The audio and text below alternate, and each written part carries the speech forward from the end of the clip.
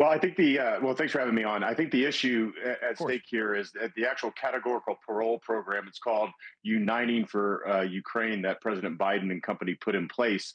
If you recall, President Trump, one of his first executive orders was to have his team take a look at all of those categorical parole programs. And what we saw over time is that the Biden team just made up these for a variety of different countries, right? The four countries in the Western Mm. Hemisphere, as well as Ukraine and a few others. And so that doesn't really conform with the law. It's not legal. I think a lot of folks would argue, but there are obviously bigger issues at play, geopolitical issues here with Ukraine.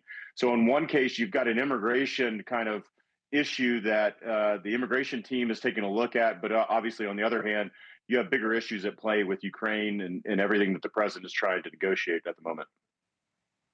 Quick bump follow on that, Chad. When you look at the calculus of what needs to be dealt with when it comes to our immigration, legal and Yeah. illegal, where does this program rank?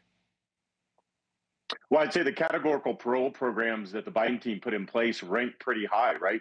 It's a way that allows individuals that otherwise don't have a legal right to come into the United States. It allows them into the United States. And what we've seen over time is they haven't been properly vetted.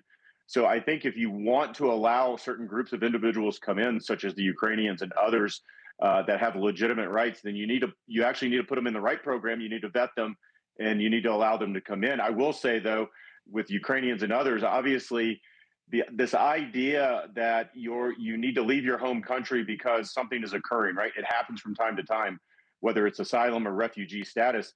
Worldwide, the trend is to make sure that you find the safe third country as close to your home country as possible, because obviously when Right. conditions improve, you want those individuals to go back home to restart their country, businesses, and everything else. So there are other places in the world, particularly there closer to Ukraine, that a lot of these individuals can go as well. That's a good point. Tracy, assess for me the meaning of us not giving our intel to Ukraine and the allies I mentioned not giving us their intel. Well, thank you so much for having me, Chris. I think, the biggest issue and the individuals are really talking about in terms of information sharing are what we call the Five Eyes, right? The English speaking countries. So Canada, New Zealand, Australia, the UK, and then obviously the US. We share information actually very freely with those four other countries. It's really always been that way since the inception, really, of the CIA. And part of what I think people don't realize that we really rely on them for is what we call blind spots, intelligence blind spots. We do not have access to human intelligence in certain countries, Iran, right, being one of them. And we really rely on some of these other countries to give us human intelligence about imminent and potentially future attacks. And so when we do that, we are really crippling our capability and our ability to stop anything that may come to the United States. We also share signals intelligence and imagery intelligence, and that's really important as well. Also, we know that Secretary of Defense has put a pause basically on Cyber Command collecting or engaging in offensive malware operations against Russia. That's not good either. We had solar winds that occurred that cost us billions of dollars. And so when we use national security as a bargaining chip, that is incredibly problematic and makes our intelligence apparatus appear unstable. And that's why individuals are worried about sharing it with us. How bad is it for Ukraine if they don't get U.S. intelligence in their war with Russia?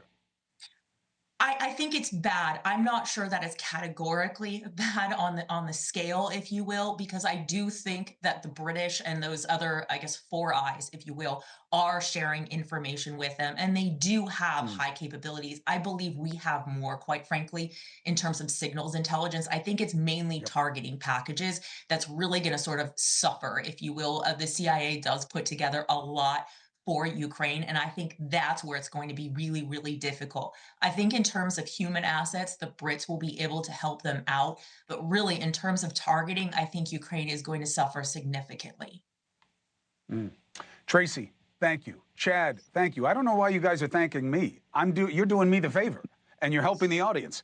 Thank you for. Hey, thanks for watching. Go to joinnn.com to find NewsNation on your screen, and don't forget, Click the red subscribe button below to get more of NewsNation's fact-driven, unbiased coverage.